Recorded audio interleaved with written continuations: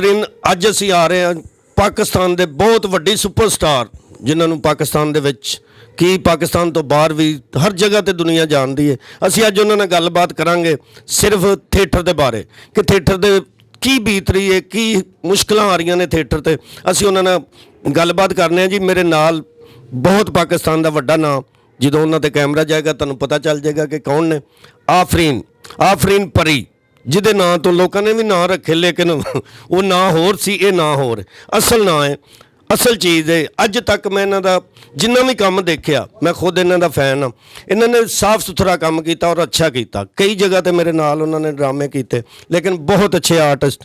आफरीन खान साहब, अस्सलाम वालेकुम। वालेकुम सलाम। कैसे हैं इकराम, आप ठीक हैं? जी अल्लाह का शुक्र, ਤੁਸੀਂ ਸੁਣਾਓ ਠੀਕ ਹੋ? जी अल्लाह का शुक्र अल्हम्दुलिल्लाह। ਅੱਛਾ, ਮੈਂ ਤੁਹਾਨੂੰ ਪੁੱਛਣਾ ਚਾਹ ਰਿਹਾ ਹਾਂ ਕਿ ਸਾਡੇ ਨਾਲ ਕੀ ਹਕੂਮਤ ਕਰ ਰਹੀ? ਸਾਡੀ ਹਕੂਮਤ ਜਿਹੜੀ ਅਸੀਂ ਇਹਨਾਂ ਨਾਲ ਪਿਆਰ ਵੀ ਕਰਨੇ ਆ, ਕੋਈ ਵੀ ਹਕੂਮਤ ਹੈ ਆਰਟਿਸਟ ਤੇ ਉਹਨਾਂ ਨਾਲ ਪਿਆਰ ਹੀ ਕਰਦਾ। ਹਾਂਜੀ, ਤੇ ਇਹਨਾਂ ਨੂੰ ਕੀ ਮਸਲਾ ਹੈ?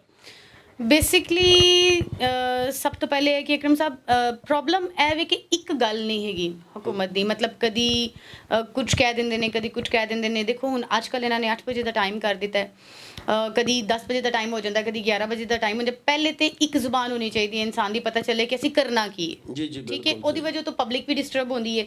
ਸੈਕਿੰਡ ਇਹ ਕਿ 8 ਵਜੇ ਦਾ ਟਾਈਮ ਸਾਨੂੰ ਸੂਟ ਇਸ ਲਈ ਨਹੀਂ ਕਰਦਾ ਕਿ ਜਿੰਨੇ ਵੀ ਕਾਰੋਬਾਰ ਇਸ ਟਾਈਮ ਚੱਲ ਰਹੇ ਨੇ, ਉਹ ਤੁਸੀਂ ਦੇਖੋ 10 ਵਜੇ ਤੱਕ ਕਾਰੋਬਾਰ ਨੇ ਬੰਦ ਹੋਣਾ ਹੈ। ਸਾਡਾ ਜਿਹੜਾ ਕਾਰੋਬਾਰ ਹੈ, ਇਹਨਾਂ ਕਾਰੋਬਾਰਾਂ ਤੋਂ ਬੰਦ ਹੋਣ ਤੋਂ ਬਾਅਦ ਐਂਟਰਟੇਨਮੈਂਟ ਦਾ ਪ੍ਰੋਗਰਾਮ, ਮਤਲਬ ਜਿਹਨੂੰ ਕਹੀਦਾ ਐਂਟਰਟੇਨਮੈਂਟ ਕਹੀਦਾ, ਲੋਕੀ ਆਪਣੇ ਕਾਰੋਬਾਰ ਤੋਂ ਫਾਰਿਗ ਹੋ ਕੇ ਵਿਹਲੇ ਹੋ ਕੇ ਆਣਗੇ ਤੇ ਐਂਟਰਟੇਨਮੈਂਟ ਵੇਖਣਗੇ ਨਾ। ਜੀ ਬਿਲਕੁਲ, ਇਹ ਉਹਨਾਂ ਲਈ ਸੈਰੋ ਤਫਰੀਹ ਦਾ ਇੱਕ ਜਗ੍ਹਾ ਹੈਗੀ ਹੈ ਤੇ ਉਹ ਸੈਰੋ ਤਫਰੀਹ ਤੇ ਬੰਦਾ ਆਪਣੇ ਕੰਮ ਨੂੰ ਖਤਮ ਕਰਨ ਤੋਂ ਬਾਅਦ ਹੀ ਕਰਦਾ। ਹੁਣ ਸੇਮ ਟਾਈਮਿੰਗ ਬਿਜ਼ਨਸ ਦੀ ਹੋਏਗੀ, ਸੇਮ ਟਾਈਮਿੰਗ ਸਾਡੇ ਡਰਾਮੇ ਦੀ ਹੋਏਗੀ, ਤੇ ਕਿਸ ਤਰ੍ਹਾਂ ਚੱਲੇਗਾ? ਤੇ ਥੀਏਟਰ ਤੇ ਆਲਰੇਡੀ ਜ਼ਵਾਲ ਦਾ ਸ਼ਿਕਾਰ ਹੈ ਸੀ।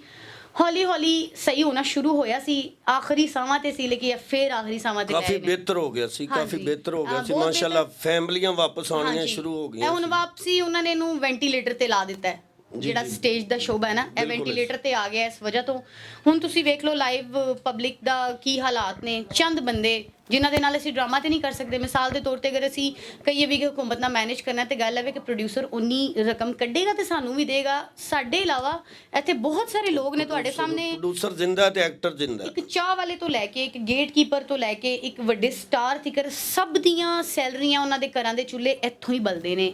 ਤੇ ਉਹ ਜਦੋਂ ਆਪਣੀ ਸਾਡੀ ਸੈਲਰੀ ਨਹੀਂ ਕੱਢ ਪਾਏਗਾ ਤੇ ਉਹ ਕਿਵੇਂ ਅਫੋਰਡ ਕਰੇਗਾ? ਫਿਰ ਅਸੀਂ ਘਰਾਂ 'ਚ ਬਹਿ ਜਾਵਾਂਗੇ। ਚੁੱਲ੍ਹਾ ਬਾਲਣ ਦੀ ਅਸੀਂ ਕੋਸ਼ਿਸ਼ ਕਰਦੇ ਹਾਂ ਤੇ ਉਹ ਫਿਰ ਸਾਡੇ ਨਾਲ ਕਦੀ ਗੈਸ ਚਲੀ ਜਾਂਦੀ ਹੈ, ਕਦੀ ਪੈਪ ਕੱਟਿਆ ਜਾਂਦਾ। ਇਸ ਤਰ੍ਹਾਂ ਹੀ ਆਰਟਿਸਟ ਜਿਹੜਾ ਨਾ ਜੀ, ਉਹ ਧਿਆਨੇ ਲੱਗਾ ਕਿ ਯਾਰ ਕਿਸੇ ਤਰੀਕੇ ਬਿਹਤਰੀ ਹੋ ਜਾਏ। ਅਕਰਮ ਸਾਹਿਬ, ਸਭ ਤੋਂ ਪਹਿਲੇ ਆਰਟਿਸਟ ਜਿਹੜਾ ਨਾ ਮੈਂ ਐਪਰੀਸ਼ੀਏਟ ਕਰਾਂਗੀ ਕਿ ਆਰਟਿਸਟ ਮੰਗਣ ਨਹੀਂ ਜਾਂਦੇ।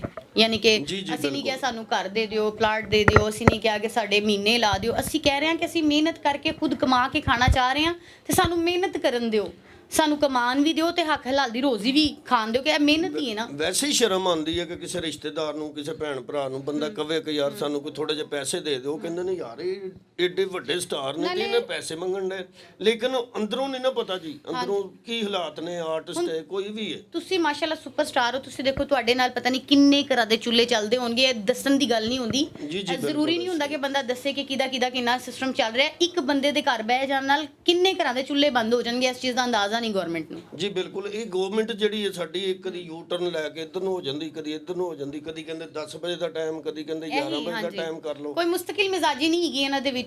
ਤੇ ਦੂਸਰੀ ਗੱਲ ਹੈ ਵੀ ਕਿ ਇੰਨੇ ਸਾਲਾਂ ਤੋਂ ਥੀਏਟਰ ਜਿਹੜਾ ਉਹ 11 ਵਜੇ ਹੀ ਹੁੰਦਾ ਆਇਆ, ਤੇ ਤੁਸੀਂ ਉਸੇ ਟਾਈਮ 2 ਘੰਟੇ ਦਾ ਬਿਜ਼ਨਸ ਤੁਸੀਂ ਦੇਖੋ। 24 ਘੰਟੇ ਦੇ ਕਾਰੋਬਾਰ ਵੀ ਨੇ, 12 ਘੰਟੇ ਦੇ ਵੀ ਨੇ, 10 ਘੰਟੇ ਦੇ ਵੀ ਨੇ, 8 ਘੰਟੇ ਦੇ ਵੀ ਨੇ, 6 ਘੰਟੇ ਵੀ ਨੇ। ਸਾਡਾ ਕਾਰੋਬਾਰ ਸਿਰਫ ਔਰ ਸਿਰਫ 2 ਘੰਟਿਆਂ ਦਾ ਹੈ, ਤੇ ਉਸ 2 ਘੰਟਿਆਂ ਦੇ ਕਾਰੋਬਾਰ ਨੂੰ ਵੀ ਨਹੀਂ ਜੀਣ ਦਿੱਤਾ ਜਾ ਰਿਹਾ। ਨਾਲੇ ਮੇਰੀ ਇੱਕ ਹੋਰ ਗੱਲ ਹੈ ਕਿ ਮਤਲਬ ਕਰੋਨਾ 8 ਵਜੇ ਨਹੀਂ ਆਉਂਦਾ, 10 ਵਜੇ ਆ ਜਾਂਦਾ। ਮੇਰਾ ਸੌ ਜਾਂਦਾ ਨਾ 8 ਵਜੇ 10 ਵਜੇ ਉਹ ਸੌ ਜਾਂਦਾ, ਕਹਿੰਦੇ ਕਰੋਨਾ ਤੋਂ ਬਚੋ ਬਸ। ਹਾਂਜੀ, ਤੇ ਜਿਹੜੇ ਕਰੋਨਾ ਨੇ ਆਣਾ ਉਹਨੇ 8 ਵਜੇ ਵੀ ਆ ਜਾਣਾ, ਜਿਹਨੇ ਆਣਾ ਉਹਨੇ 10 ਵਜੇ ਵੀ ਆ ਜਾਣਾ। ਸਾਡੇ ਕੰਮ ਨਾਲ ਕੀ ਤਲਕ ਹੈ? ਤੁਹਾਡੇ ਅੱਗੇ ਇੰਨੀ ਗੁਜ਼ਾਰਿਸ਼ ਹੈ, ਮੋਦਬਾਨਾ ਗੁਜ਼ਾਰਿਸ਼ ਹੈ, ਤੁਹਾਨੂੰ ਫਿਰ ਰਿਕੁਐਸਟ ਕਰ ਰਹੇ ਹਾਂ। ਅਸੀਂ ਕੋਈ ਐਸੀ ਗੱਲ ਨਹੀਂ ਕਿ ਕੋਈ ਤੜੀ ਜਾਂ ਕੋਈ ਐਸੀ ਨਹੀਂ। ਅਸੀਂ ਆਰਟਿਸਟ ਬਹੁਤ ਮਿੱਠਾ, ਸੁਲਝਿਆ ਹੋਇਆ ਤੇ ਬੜਾ ਮਾਸੂਮ ਹੁੰਦਾ ਹੈ। ਸਾਡੇ 'ਚ ਉਹ ਚੀਜ਼ਾਂ ਨਹੀਂ ਹੈਗੀਆਂ। ਅਸੀਂ ਤੁਹਾਨੂੰ ਰਿਕੁਐਸਟ ਹੀ ਕਰ ਸਕਦੇ ਹਾਂ, ਰਿਕੁਐਸਟ ਹੀ ਕਰ ਰਹੇ ਹਾਂ, ਤੁਹਾਡੀ ਬੜੀ ਮਿਹਰਬਾਨੀ। ਜਿਹੜਾ ਟਾਈਮ ਸਾਡਾ ਹੈ ਉਹੀ ਰਹਿਣ ਦਿਓ ਤਾਂ ਕਿ 4 ਲੋਕ ਵੀ ਆਣ, ਸਾਡਾ ਵੀ ਸਿਲਸਿਲਾ ਚੱਲਦਾ ਰਹੇ, ਉਹਨਾਂ ਨੂੰ ਵੀ ਐਂਟਰਟੇਨਮੈਂਟ ਮਿਲਦੀ ਰਹੇ। ਮੁਲਕ ਦੇ ਜਿੰਨੇ ਹਾਲਾਤ ਖਰਾਬ ਨੇ, ਇੱਕ ਵਾਹਿਦ ਆਰਟਿਸਟ ਤੇ ਸਟੇਜ ਹੀ ਤੇ ਰਹਿ ਗਿਆ ਜਿੱਥੋਂ ਉਹਨਾਂ ਨੂੰ ਕੋਈ ਥੋੜਾ ਬਹੁਤ ਹਾਸਾ ਮਜ਼ਾਕ ਜਾਂ ਖੁਸ਼ੀ ਜਾਂ ਹੱਸੀ ਜਾਂ ਆਪਣੀ ਮੈਂਟਲ ਸਟ੍ਰੈਸ ਤੋਂ ਬਾਹਰ ਆ ਜਾਂਦੇ ਨੇ ਥੋੜੀ ਦੇਰ ਵਾਸਤੇ।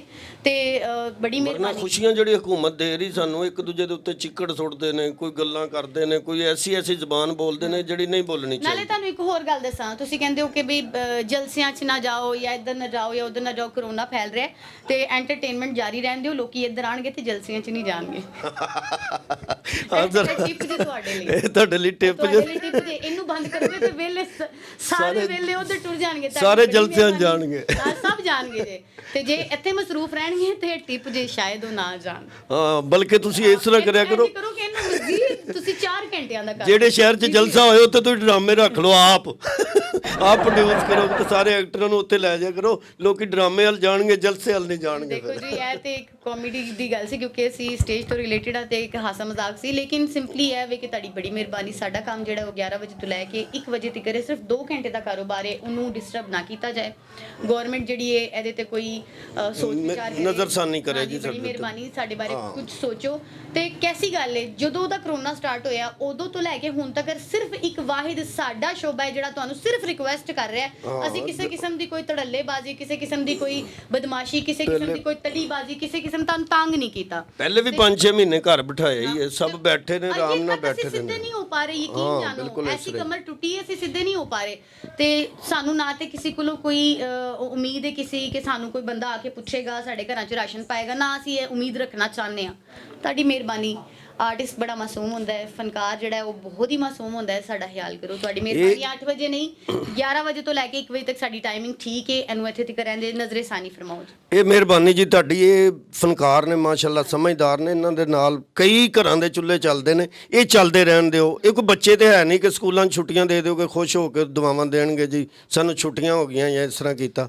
ਨਾਲੇ ਸਾਡੇ ਕੋਲ ਹੋਰ ਸਾਡੇ ਸ਼ੋਬੇ ਦੇ ਵਿੱਚ ਇਹਦਾ ਕੋਈ ਆਲਟਰਨੇਟ ਨਹੀਂ ਹੈਗਾ। ਯਾਨੀ ਕਿ ਮਿਸਾਲ ਦੇ ਤੌਰ ਤੇ ਥੀਏਟਰ ਬੰਦ ਹੋ ਜਾਏਗਾ ਤੇ ਅਸੀਂ ਕੁਝ ਹੋਰ ਕਰ ਲਾਂਗੇ। ਸਾਡੇ ਕੋਲ ਇਹੀ ਹੈ, ਅਸੀਂ ਫਨਕਾਰ ਲੋਕ ਹਾਂ, ਸਾਡੇ ਕੋਲ ਸਾਡਾ ਫਨ ਹੈ, ਉਹ ਅਸੀਂ ਇੱਥੇ ਹੀ ਕਰ ਸਕਦੇ ਹਾਂ, ਇੱਥੇ ਹੀ ਪਰਫਾਰਮ ਕਰ ਸਕਦੇ ਹਾਂ। ਸਾਡੇ ਕੋਲ ਹੋਰ ਕੋਈ ਇਹਦਾ ਸੈਕਿੰਡ ਆਪਸ਼ਨ ਨਹੀਂ ਹੈਗੀ ਕਿ ਇਹਨੂੰ ਬੰਦ ਕਰੀਏ ਤੇ ਜਾ ਕੇ ਕੋਈ ਹੋਰ ਕਾਰੋਬਾਰ ਖੋਲੀਏ ਜਾਂ ਕੁਝ ਹੋਰ ਕਰ ਸਕੀਏ। ਫਨਕਾਰ ਜਿਹੜਾ ਹੈ ਉਹ ਆਪਣੀ ਸਲਾਹੀਅਤ ਜਿਹੜੀ ਹੈ ਨਾ, ਉਹਨੂੰ ਜਿਹੜੀ ਅੱਲਾ ਵੱਲੋਂ ਮਿਲੀ ਹੁੰਦੀ ਹੈ, ਉਹਨੇ ਉਹ ਇੱਥੇ ਹੀ ਪੇਸ਼ ਕਰਨੀ ਹੈ। ਤੁਹਾਡੀ ਬੜੀ ਮਿਹਰਬਾਨੀ ਕਿ ਫਿਰ ਇੱਕ ਵਾਰੀ ਰਿਕੁਐਸਟ ਹੈ ਕਿ ਸਾਡਾ ਥੀਏਟਰ ਜਿਹੜਾ ਹੈ ਉਹ ਵੈਂਟੀਲੇਟਰ ਤੇ ਲਾ ਦਿਓ। ਜਿੰਨ ਜੋ ਥੋੜਾ ਥੋੜਾ ਜੀਣਾ ਸ਼ੁਰੂ ਹੋ ਗਿਆ ਸੀ ਉਹਨੂੰ ਉਂਝ ਹੀ ਜੀਣ ਦਿਓ। ਬੜੀ ਮਿਹਰਬਾਨੀ ਜੀ ਤੁਹਾਡੀ ਆਫਰੀਨ ਸਾਹਿਬਾ। ਤੁਸੀਂ ਬਹੁਤ ਅੱਛੀਆਂ ਗੱਲਾਂ ਕੀਤੀਆਂ। ਇਨਸ਼ਾਅੱਲਾ ਮੇਰਾ ਖਿਆਲ ਹੈ ਕਿ ਜਿੰਨੇ ਵੀ ਨੇ ਉਹ ਸੁਣ ਕੇ ਕੋਈ ਨਜ਼ਰਸਾਨੀ ਕਰਨਗੇ। ਮਿਹਰਬਾਨੀ ਹੈ। ਅਸੀਂ ਤੇ ਕਹਿ ਕੇ ਥੱਕ ਗਏ। ਮੈਂ ਕਿਹਾ ਚਲੋ ਤੁਹਾਡੇ ਕੋਲੋਂ ਕੁਆ ਕੇ ਵੇਖ ਥੈਂਕ ਯੂ ਜੀ, ਸ਼ੁਕਰੀਆ, ਬਹੁਤ ਮਿਹਰਬਾਨੀ। ਤੇ ਅਸੀਂ ਸਲੂਟ ਕਰਨੇ ਆ ਜੀ। ਜਿਹੜੀ ਵੀ ਹਕੂਮਤ ਹੋਵੇ ਸਾਡੇ ਲਈ ਤੇ ਉਹ ਸਿਰ ਮੱਥੇ ਤੇ ਮੇਰੇ ਦੇ ਸਿਰ ਤੇ ਹੈ ਹੀ ਕੁਛ ਨਹੀਂ।